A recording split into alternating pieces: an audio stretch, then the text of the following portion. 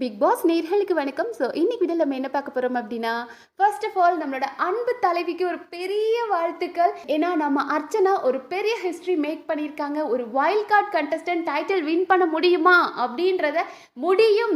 நீ உண்மையாக இருந்து மக்களுக்கு நீ நேர்மையாக இருந்து உன்னோட உழைப்பு போட்டு உன் வெற்றிக்காக நீ ஓடுன அப்படின்னா உனக்கு வெற்றி கிடைக்கும்ன்றதுக்கு அர்ச்சனா ஒரு எக்ஸாம்பிளாக இருக்காங்க. ஸோ எங்களோட தலைவிக்கு ஒரு பெரிய பெரிய வாழ்த்துக்கள். Big boss season 7 title winner Archana அப்படின்றது ரொம்ப ஹாப்பியாக இருக்குது.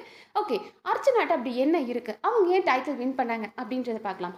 ஸோ அர்ச்சனா கிட்ட நமக்கு பிடிச்ச விஷயங்கள் அவங்களோட தைரியம், துணிச்சல். எத்தனை பேர் வந்து கதறிக்கிட்டு இருந்தாலும் ஏன் பக்கம் உண்மை இருக்குது, நேர்மை இருக்குது, நான் ஏன் பயப்படணும்? இப்போ நம்ம தப்பு பண்ணியிருக்கோம் அப்படின்னா ஒருத்தர் வந்து நம்மக்கிட்ட ஏதோ கேள்வி கேட்குறாங்கன்னா, ஐயோ நம்ம தப்பு பண்ணியிருக்கோமே, மாட்டிக்கிட்டோமே அப்படின்னு நினச்சி பயப்படலாம். ஆனால் நான் தப்பு பண்ணலை, நீ என்ன சூழ்ச்சி பண்ணி எத்தனை பேர் வந்து 4 பேர் கத்துனாலும் நான் ஒரே ஆள் உங்களை லெஃப்டில் தட்டி விட்டுருவேன் அப்படின்ற மாதிரி லெஃப்டில் டீல் பண்ணாங்க அந்த கேங்கு. ஏன்னா அந்த கேங் அந்த டைம் பிரதீப்பை துரத்தி விட்டுட்டு நம்ம தாண்டா இனி அப்படின்ற மாதிரி ஃபார்ம் ஆகும்போது அவங்களுக்கெல்லாம் மரண அடி கொடுத்தது நம்ம அர்ச்சனா. ஸோ அந்த தைரியம், துணிச்சல் வேற லெவலில் இருந்தது. அடுத்ததாக மரியாதை, அதாவது அவங்களும் மற்றவங்களுக்கு மரியாதை கொடுப்பாங்க, தனக்கும் மரியாதை கொடுக்கணும் அப்படின்னு நினைப்பாங்க. ஸோ பெரியவங்களுக்கு மரியாதை கொடுத்து பேசுறது, தன் கூட இருக்கிறவங்களுக்கும் அந்த ரெஸ்பெக்ட் கொடுப்பாங்க. அதே மாதிரி தனக்குன்னு ஒரு பொசிஷன் இருக்குது, அதுக்குன்னு ஒரு மரியாதை கொடுக்கணும் அப்படின்றதுக்காகவும் போராடுவாங்க. ஒரு அன்போ மரியாதை எதை நம்ம எதிர்பார்த்தாலும் அதை நம்ம கொடுத்தா நமக்கு கிடைக்கும் அப்படின்றதுக்கும் அர்ச்சனா ஒரு எக்ஸாம்பிள் தான். அடுத்ததா அந்த வெற்றி இலக்கு. ஏன்னா அவங்க என்னைக்குமே தன்னோட வெற்றிக்காக மட்டும்தான் ஓடிருக்காங்களே தவிர அடுத்தவங்களை நினைச்சு பயந்ததே கிடையாது. என்னோட கப்பலை நான் எப்படி ஓட்டிட்டு போகணும், இது எப்போதுமே அர்ச்சனா சொல்ற ஒரு விஷயம். என்னோட கப்பலை நான் எப்படி ஓட்டிட்டு போகணும் தான் நினைக்கணுமே தவிர அடுத்தவன் கப்பலை எப்படி கவுக்கணும்னு நான் நினைக்க கூடாது. ஸோ என்னோட வெற்றிக்காக மட்டும்தான் நான் மூவ் பண்றேன் அப்படின்னு போயிட்டு இருக்காங்க. ஆனா ஒரு சிலர் பார்த்தோம் அப்படின்னா அடுத்தவன் காலை வாரி விட்டு நம்ம முன்னேறணும், அவன் முதுகலை குத்தி அவனுக்கு நம்பிக்கை துரோகம் பண்ணி நம்ம முன்னேறணும் அப்படின்ற மாதிரிலாம் நினைச்சாங்க. ஸோ அர்ச்சனா எல்லா இடத்துலையும் தன்னை நம்பி என்னோட ஃபோக்கஸ் இதுதான், என்னோட வெற்றி பாதைக்கு இதுதான் தேவை அப்படின்னு அந்த வழியில போனாங்களே தவிர அடுத்தவனை பத்தி அவங்க கவலைப்படவே இல்லை. அவங்களோட வெற்றி இலக்காக மட்டும் பயணம் பண்ணாங்க. அண்ட் அடுத்ததான் மெயின் திங், இந்த சீசன்ல நிறைய இடங்கள்ல நம்ம முகம் சுளிக்கிற மாதிரி நிறைய பேர் பேசியிருக்காங்க. 18+ ஜோக்ஸ் ஆகட்டும், இல்லை ஃபேக் ரிலேஷன்ஷிப், இதெல்லாம் பார்த்து நமக்கு ரொம்ப ஃப்ரஸ்ட்ரேஷன் ஆயிருக்கு. என்னடா இது நைட் ஆச்சுனால இவங்க என்ன பண்றாங்க அப்படின்னு காண்டா இருக்கும். எந்த இடத்துலையும் அர்ச்சனா நம்ம முகம் சுளிக்கிற மாதிரி ஒரு ஜோக் பேசுறது, இல்லை ஒரு ஃபேக் ரிலேஷன்ஷிப் இருக்கணும் அப்படி மாயா ஒரு விஷயம் ஃபார்ம் பண்ணி கொடுத்தாங்க. அதாவது எல்லா சீசன்லையும் வந்துட்டு இந்த மாதிரி ரிலேஷன்ஷிப் வந்து ஹிட் ஆயிருக்கும், ஸோ நீங்க இந்த மாதிரி ஒரு ட்ராக் போங்க அப்படின்னு எல்லாரையும் வந்து தூண்டி விட்டுட்டு இருந்தாங்க மாயா. அர்ச்சனா ரொம்ப தெளிவாக இருந்தாங்க ஒரு விஷயத்தில், இந்த மாதிரி ஒரு தேவையில்லாத ஒரு ட்ராப்ல நம்ம போகக்கூடாது. ஸோ அதுக்காகவே அவங்க எல்லார்கிட்டையும் சேஃப்டியாக ஒரு வேர்ட் யூஸ் பண்ணது என்ன அப்படின்னா ப்ரோ. வந்ததுமே எல்லாரையும் Dinesh bro, Vijay bro, Vishnu bro அப்படின்ற வேர்டை யூஸ் பண்ணதுமே ஸோ நாமளும் யார்கிட்டையும் அட்வான்டேஜ் எடுத்துக்க வேணாம், மற்றவங்களும் தன்னோட லிமிட்டை தாண்டி வர மாட்டாங்க அப்படின்றதுக்காக ரொம்ப சேஃப்டியான வேர்டான அந்த ஒரு அண்ணன் அப்படின்றத எல்லா இடத்துலையும் யூஸ் பண்ணாங்க. அது அவங்க மேலே இருந்த ரெஸ்பெக்ட் நமக்கு இன்னும் ஆட் ஆன் பண்ணிச்சு அப்படின்னு தான் நான் நினைக்கிறேன். ஏன்னா இந்த சீசனில் நிறைய விஷயங்கள் இந்த அண்ணன் தங்கச்சி, அக்கா தம்பி இந்த ரிலேஷன்ஷிப்ல எப்படி இருந்தது அப்படின்னு நம்ம பார்த்துருக்கோம். பட் அர்ச்சனா யாரும் தங்கிட்ட அந்த அட்வான்டேஜ் எடுத்துக்க கூடாது அப்படின்றதுக்காக ரொம்ப டீசென்ட்டான ஒரு ஃபீமேல் கண்டஸ்டன்ட்டாக நான் பார்க்குறேன். அண்ட் மெயின் திங், அர்ச்சனா யாரையும் பேக் ஸ்டாப் பண்ணதே இல்லை. இப்போ விசித்ரா மேலே சண்டையா, விசித்ரா மூஞ்சிக்கு நேராகவும் மேடம் நீங்கள் பண்ணுறது தப்பு அப்படின்னு சொல்லுவாங்களே தவிர பின்னாடி போனாலும் எனக்கு விசித்ரா பண்ணது பிடிக்கல அப்படின்னு தான் சொல்லுவாங்க. ஆனால் ஒரு சிலர்லாம் எப்படி எடுத்தாங்க அப்படின்னா மூஞ்சிக்கு நேரம் அர்ச்சனா யோ சோ ஸ்வீட், தலைவி யோ கிரேட் அப்படின்னு சொல்லிட்டு பின்னாடி போய் அர்ச்சனா பற்றியா இப்படி பண்ணியிருக்கா அப்படி பண்ணியிருப்பான். பட் அர்ச்சனா அந்த தப்பை எந்த இடத்துலையும் பண்ணதில்லை. ஒருத்தருக்கு நம்பிக்கை துரோகம், அவங்கள பிடிக்கலனா பிடிக்கல அப்படின்னு சொல்லிடுவாங்களே தவிர அதை விட்டு அவங்கள நம்ப வச்சு முதுகில் குத்துறது கிடையாது. ஏன் இப்போ விசித்ரா கூட நேற்று பார்த்தோம் அப்படின்னா அர்ச்சனா காலில் விழுந்தாங்க. விசித்ராமா காலில் ஒரு பிளெஸிங்காக விழுந்தாங்க. விழுகும் போதெல்லாம் ஃபர்ஸ்ட் வேண்டாம் வேணாம்னு சொல்லிட்டு அதுக்கப்புறம் விசித்ரா வந்துட்டு ஓகே அர்ச்சனா நம்ம வெளியே வா, நிறைய பேசலாம் அப்படின்ற மாதிரிலாம் சொல்லிட்டு, பட் இன்னைக்கு அர்ச்சனா பேசும்போதும் அவங்களுக்கு ஒரு வெற்றி வாய்ப்பு கிடைக்க போகுது அப்படின் போதும் அவங்க முகத்தை பார்க்க முடியல. ஏன்னா விசித்ராவே ஆல்ரெடி சொல்லியிருக்காங்க, நான் என்ன நினைக்கிறேன்னா என் முகத்தில் தெரியும் அப்படின்னு. முகத்தில் அப்படி ஒரு வன்மம் அர்ச்சனா ஜெயிக்க போகிறது. ஸோ உங்களுக்குலாம் என்னடா இவ்வளோ காண்டி, இன்னும் ஏடா இப்படி இருக்கீங்க? ஏன்னா அவங்க எதை பண்ணாலும் ஹோல் ஹார்ட்டடாக பண்ணாங்க. இப்போ ஒரு விஷயத்தில் தனக்கு கோபம் இருக்குது, சண்டை போடுறாங்க அப்படின்னா அவங்க ஃபுல்லாக சண்டை போட்டுருவாங்க. யார மாதிரியும் மனசில் பாதி வன்மத்தை வச்சுக்கிட்டு அந்த பேகேஜ் கேரி பண்ணி அடுத்த தடவை வரைக்கும் அதை வெயிட் பண்ணி பண்ணணும் அப்படின்றதுல சண்டை போட்டாலும் ஓப்பனாக சண்டை போட்டுருவாங்க. இல்லை வேண்டாம் எனக்கு உங்கள் அன்பு வேணும் அப்படின்னாலும் ஓப்பனாக அந்த அன்புக்காக இறங்கிடுவாங்க. அண்ட் அக்செப்டன்ஸ் அர்ச்சனாட்ட ரொம்ப ஜாஸ்தி.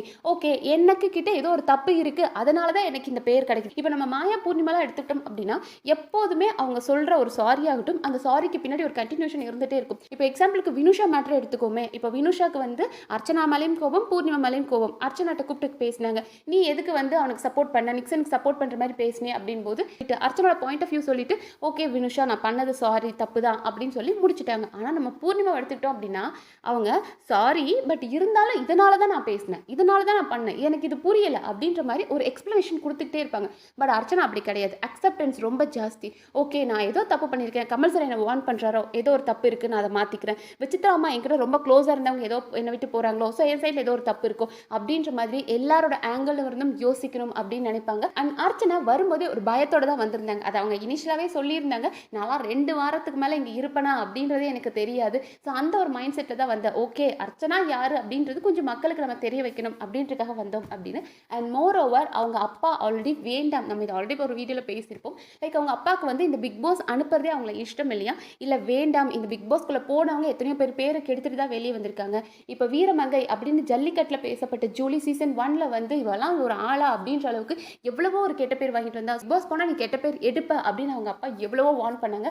பட் அர்ச்சனா தான் ஒரு விஷயத்தில் ஸ்ட்ராங்காக இருந்தாங்க. நான் நல்ல பேர் எடுக்கணும் இல்லையோ கெட்ட பேர் இல்லாமல் வெளியே வருவேன் அப்படின்னு அவங்க அப்பாவுக்கு ஒரு கான்ஃபிடன்ஸ் கொடுத்து தான் அவங்க இங்கே உள்ளே வந்தாங்க. அண்ட் அவங்க சொல்லியிருந்தாங்க, எனக்கு ஸ்கூல்ஸ் ஆகட்டும் காலேஜஸ் ஆகட்டும் எனக்கு எதுவுமே பெருசாக ஃப்ரெண்ட்ஸ்லாம் கிடையாது, நான் எப்போவுமே கொஞ்சம் தனியாக தான் இருப்பேன். பட் வெளியே வந்து பார்த்ததுக்கப்புறம் இத்தனை பேர் எனக்கு சப்போர்ட் பண்ணுறாங்க, இவ்வளோ கோடி மக்கள் எனக்கு சப்போர்ட்டாக இருக்காங்களா அப்படின்னு நினச்சி சந்தோஷப்பட்டேன் அப்படின்னாங்க. அப்பா, என் மனசுல இருந்த பாரமே இப்பதான் குறைஞ்சது அப்படின்ற மாதிரி இருந்தது. ஏன்னா லாஸ்ட் வீக்ல கூட அர்ச்சனாவை போட்டு அப்படி டார்ச்சர் பண்ணியிருந்தாங்க. ஏன்னா மாயாவோட கேங்ஸ் எல்லாருமே வந்ததுக்கு அப்புறம் அர்ச்சனாவை ஐசோலேட் பண்றது, அவங்கள வந்து மாக் பண்றது, இந்த மாதிரி நிறைய விஷயங்கள் நடந்தது. அர்ச்சனாக்கு அங்க மாயாவோட ஃப்ரெண்ட்ஷிப் வேணும் அப்படின்னு ஆசைப்படும் போது மாயாவும் அவங்கள பயங்கரமா ஹர்ட் பண்ணி, என்னால அவங்க கூட அன்பா இருக்க முடியாதுங்க, நீங்க கேட்டீங்கன்னா நான் உங்களுக்கு ஹக் பண்ணுவேன், பட் மற்றபடி உங்க கூட ஃப்ரெண்டா இருக்க முடியாது அப்படின்ற மாதிரி ஹர்ட் பண்ணும்போது அர்ச்சனா பார்க்க ரொம்ப கஷ்டமா இருந்தது. ஏன்னா கடைசி வாரங்களை கூட அந்த பொண்ணை போட்டு இப்படி டார்ச்சர் பண்றீங்க அப்படின்னு. ஏன்னா அந்த ஒரு ஃபீல் இருக்கு இல்லையா, நான் தனியா இருக்கிறேன்றது வேற, ஆனா ஒரு 10 பேர் சுத்தி இருந்தும் நான் தனியா இருக்கிறேன் அப்படின்ற அந்த ஒரு இன்ஃபீரியர் ஃபீல், அது ரொம்ப ஒரு பெயின்ஃபுல்லான ஃபீல். அது அனுபவிச்சவங்களுக்கு மட்டும் தான் தெரியும். அப்படி ஒரு ஃபீல்ல இருந்த அர்ச்சனா இன்னைக்கு எனக்காக மக்கள் இவ்வளோ பேர் ஓட் பண்ணி என்ன வின்னர் ஆக்கியிருக்காங்களா, எனக்காக இத்தனை மக்கள் இருக்காங்களா அப்படின்னு நினைச்சாங்க இல்லையா, அந்த சந்தோஷத்தை பார்க்கும்போது ஏதோ நாமளே ஜெயிச்ச மாதிரி ஒரு சந்தோஷம் இருந்தது. அண்ட் அர்ச்சனா நிறைய விஷயங்கள் ஓவர் கம் பண்ணி வந்திருக்காங்க. ஏன்னா இதுக்கு முன்னாடி அவங்க சொல்லியிருக்காங்க, வெளியே இதே மாதிரி யாராவது புள்ளி பண்றாங்க இல்லை தன்னை மாக் பண்ணாங்க அப்படின்னா அவங்க அந்த இடத்த விட்டு ஓடிடுவாங்களாம். ஏன்னா நமக்கு ஒரு நிறைய ஆப்ஷன்ஸ் இருக்கு, அவங்க பார்க்க வேண்டாம் அப்படின்னு நம்ம வேற எங்கேயாவது போயிடலாம். பட் இந்த வீட்டில் அந்த ஒரு ஆப்ஷன் இல்லை அப்படின்றனால அவங்க எல்லாத்தையும் கான்ஃபிடென்ட்டாக ஃபேஸ் பண்ண ஆரம்பிச்சிருக்காங்க. ஸோ அந்த ஒரு தைரியம் அர்ச்சனாக்குள்ளே வந்திருக்கு. இவ்வளோ நாள் பிரச்சனைகளை பார்த்து பயந்து ஓடின அர்ச்சனா இப்போ அதை நின்று எதிர்த்து அடிக்கணும் அப்படின்ற தைரியம் அவங்க வளர்த்துக்கிட்டாங்க. அந்த தைரியம் தான் அர்ச்சனாவை இந்த அளவுக்கு லிஃப்ட் பண்ணி கொண்டு வந்திருக்கு. அண்ட் அடுத்ததான் நம்மளோட ரன்னர் மணி. ஸோ மணிக்கு ஒரு பெரிய வாழ்த்துக்கள். ஏன்னா மணி ரொம்ப ஜென்யூனான பிளேயர். அவர் மேலே ரொம்ப பெரிய ஹேட்ரடும் கிடையாது, ரொம்ப பெரிய லவ்வும் கிடையாது. தன்கிட்ட ஒரு பிரச்சனை வருது அப்படின்னா அதை எதிர்த்து நிற்பாரு. மற்றபடி மாயாவை மரண அடி அடிச்சதுல மணிக்கு ஒரு பெரிய பங்கு இருக்கு அப்படின்னு சொல்லலாம். ஸோ மணி ரன்னர் ஆனது எனக்கு ரொம்ப பெரிய சந்தோஷம். ஏன்னா மாயாக்கு அந்த ரன்னர் கிடைக்கக்கூடாது, அதுக்கு மணி ஆனதுனால எனக்கு ரொம்ப பெரிய சந்தோஷம். அண்ட் மணிக்கும் பெரிய வாழ்த்துக்கள். அண்ட் அடுத்ததான் நம்மளோட ரெட் லைட் மாயா. ஸோ ரெட் லைட் மாயாவா அப்படின்னாதீங்க, ஏன்னா எந்த ரெட் கார்டை கொடுத்து பிரதீப்பை வெளியே அனுப்புனாங்களோ, எந்த சூழ்ச்சி பண்ணி கமல் சாரை வச்சு ரெட் கார்டு கொடுத்து பிரதீப்க்கு அனுப்புனாங்களோ, அதே மாதிரி இன்னைக்கு ஒரு ரெட் லைட் வச்சு அவங்கள துரத்தி விட்டது வேற லெவல்யா, கர்மா எப்படி வந்தது பார்த்தியா அப்படின்ற மாதிரி தான் தோணுச்சு. லைக் ரொம்ப சந்தோஷமா இருந்தது. அவங்க ஒரு வின்னருக்கு டிசர்விங் பர்சனே கிடையாது, பட் அவங்களுக்கு நிறைய பெரிய கைகள் தெரியும், மேலிடத்தோட சப்போர்ட்லாம் இருக்கு அப்படின்றனால அவங்க வின்னர் ஆயிடுவாங்களா ரன்னர் ஆயிடுவாங்களா அப்படின்ற பேச்சுக்கள் நிறைய போயிட்டு இருந்தது. பட் மக்களோட தீர்ப்பு தான் முடிவாகும் அப்படின்றனால மாயாவை துரத்தி விட்டாங்க. ரொம்ப சந்தோஷமா இருந்தது. ஏன்னா அவங்க அந்த வின்னர் ரன்னர் இந்த தேர்ட் பொசிஷன்ல கூட அவங்களுக்கு இருக்கிற தகுதி கிடையாது. எனக்கு நானே சொல்லிக்குவேன்ப்பா, நான் தான் டைட்டில் வின்னர் அப்படின்னு சொல்லுவாங்க. நிறைய கிளாப்ஸ் நம்மளால பார்க்க முடிஞ்சது இல்லையா, மாயா பேரை சொன்னாலே பயங்கரமான கிளாப்ஸ். இதுல விஜய் வர்மாக்கெல்லாம் கிளாப்ஸ் வந்தது பார்க்கும்போது யாரா நீங்க விஜய் வர்மாக்கெல்லாம் கிளாப்ஸ் பண்றீங்க அப்படின்ற மாதிரி தான் தோணுச்சு. லைக் அங்கே உள்ள இருந்த ஆடியன்ஸ் வந்து நிறைய பேர் பார்த்தோம் அப்படின்னா இந்த டாப் 5 இருந்தாங்க இல்லையா, அவங்களோட family friends and more over இந்த டீம் ஏயோட கேங் இருக்காங்களே, அந்த கேங்கோட ஃப்ரெண்ட்ஸ் நிறைய பேர் இருந்திருக்காங்க. ஸோ அதனால தான் அந்த ஒரு டாக்ஸிக் கிளாப்ஸ் நம்மளால பார்க்க முடிஞ்சது. பட் ஓகே, அவங்க தான் அவ்வளோ டாக்ஸிக் பர்சன்ஸ், நம்ம இதுக்கு மேலே நாமளும் டாக்ஸிக்காக இருக்க வேண்டாம், நம்ம ஹாப்பியாக இருக்கிற மூமெண்ட்ஸ்க்கே போவோம். தலைவி ஒரு வரலாறு படைச்சிருக்காங்க. ஏன்னா வைல்ட் கார்டு கண்டெஸ்ட்லாம் வின்னர் ஆக முடியுமா அப்படின்ற கேள்வி நிறைய பேருக்கு இருந்தது. ஏன்னா அர்ச்சனாவோட இன்னிங்ஸ் அவங்க ஸ்டார்ட் பண்ணும்போது அவங்களோட கேம் சூப்பராக இருக்கு, நல்லபடியாக போயிட்டு இருக்காங்க. பட் அவங்க டைட்டில் அடிக்க முடியுமா அப்படின்ற டவுட் நிறைய பேருக்கு இருந்தது. ஏன்னா அவங்க ஒரு வைல்ட் கார்டு கண்டெஸ்டன்ட், இது வரைக்கும் வைல்ட் கார்டு கண்டெஸ்டன்ட் யாரும் வின்னர் ஆனது இல்லையே அப்படின்னு. பட் அந்த ஒரு தடைக்கல்லை உடைச்சி ஒரு வரலாறு படைச்சிருக்காங்க. வைல்ட் கார்டு கண்டெஸ்டன்டாக இருந்தாலும் சரி, இல்லை நீ 70வது நாள் வந்தாலும் சரி, நீ நேர்மையா உன்னோட இலக்கை நோக்கி பயணிக்கணும். மக்களுக்கு உன்னை பிடிக்கணும் அப்படின்னா நீ நேர்மையா இருக்கணும், அடுத்தவன் முதுகுல குத்தக்கூடாது, உன்னோட இலக்கை நோக்கி பயணிக்கணுமே தவிர இன்னொருத்தனை பார்த்து பொறாமப்பட்டு நீ அங்கேயே தங்கி நிற்க கூடாது அப்படின்றதுக்கு அர்ச்சனா ஒரு பெஸ்ட் எக்ஸாம்பிள். ஸோ ஹிஸ்டரி மேக்கரான நம்ம அர்ச்சனாக்கு ஒரு பெரிய பெரிய கங்க்ராச்சுலேஷன்ஸ். நம்ம எல்லாருமே ஒருத்தர் கூட சண்டை போடுறது ஈஸி தான். அவன் என்னோட ஆப்போனன்ட், எனக்கு அவன்கிட்ட இருக்க மைனஸ் என்னன்னு தெரியும். நான் அதை பற்றி பேச முடியும், வேலிடான பாயிண்ட் வைக்க முடியும்.